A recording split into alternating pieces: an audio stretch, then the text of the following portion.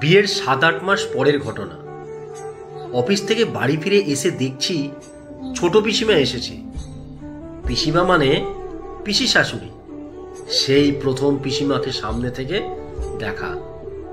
বিয়েতে আসতে পারেনি তখন, শরীর খারাপ ছিল। আমি বাড়ি ঢুকতেই আমার শাশুড়ি মা বললেন, বৌমা, উনি হলেন তোমার ছোট পিসিমা। আমি প্রণাম করতেই উনি বললেন, অফিস থেকে ফিরলে বুঝি? হ্যাঁ পিসিমা। প্রতিদিন এই টাইমে বাড়ি ফেরো? হ্যাঁ। আমি আরো কিছু বলতে যাব, আমার শাশুড়ি মা বললেন, সবে তো ফিরলে, একটু রেস্ট করো, পরে গল্প হবে ক্ষণ। আমি নিজের রুমে চলে যেতেই আমার শাশুড়ি মা পিসি শাশুড়ির সাথে গল্প করতে শুরু করলেন। ততক্ষণে আমার হাজবেন্ড ফিরে গেছে। ও আমার থেকে ঘন্টাখানেক আগেই ফেরে।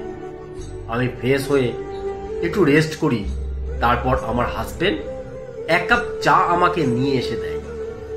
প্রতিদিন এটাই ও রুটিন।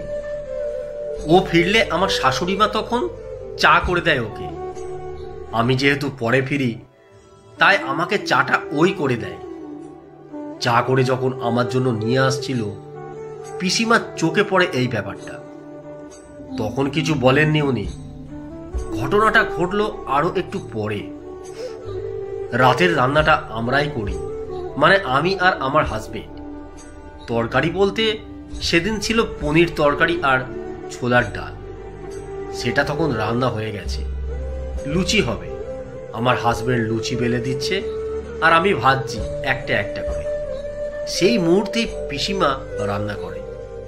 এই দৃশ্য দেখে চোখ বড় বড় করে বলে, হ্যাঁ রে অর্ক, বিয়ে করে তো মেয়েলি কাজ অনেক শিখে নিয়েছিস।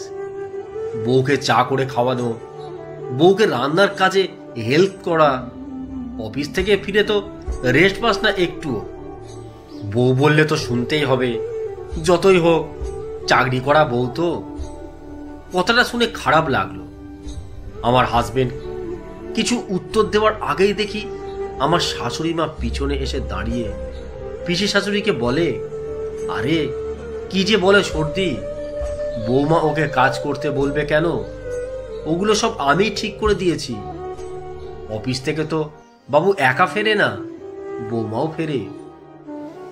রেস্ট তো দুজনেরই পাওয়া দরকার। সবাই যদি রেস্ট করে, খাওয়া দাওয়া তো বন্ধ থাকবে না।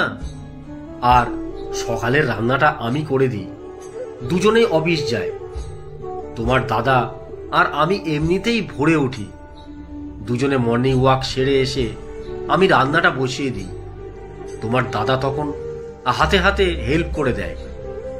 কাজের আবার মেয়েলি বলে কিছু আছে নাকি? তুমি তো জানো আমি ছেলেকে সব কাজ শিখিয়েছি। তোমার দাদাও তখন কত কাজ করে দিত, এখনো তাই করে। কাজ কাজই। সংসারে সুখ শান্তি বজায় থাকে পরস্পরকে সহযোগিতা ও ভালোবাসার মাধ্যমে।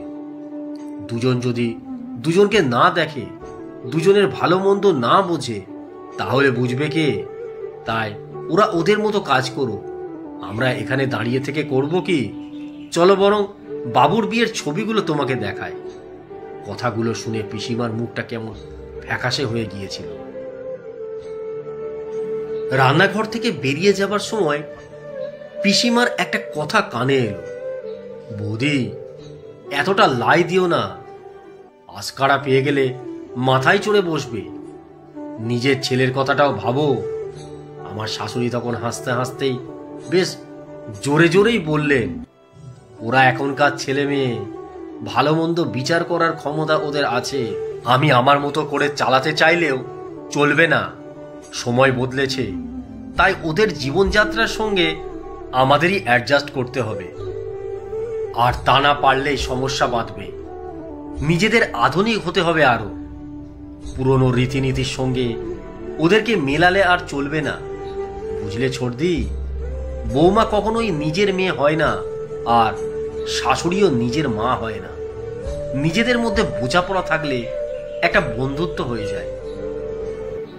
আমার ছেলেটার ভালো থাকার কথা চিন্তা করতে গেলে বৌমাকেও ভালোবাসতে হবে বেশি।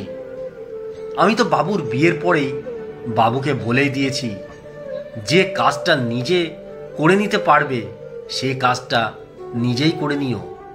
বউ এসেছে মানে বউয়ের ওপর হুকুম করে পায়ের ওপর পা তুলে বসে খাবে সেটা চলবে না।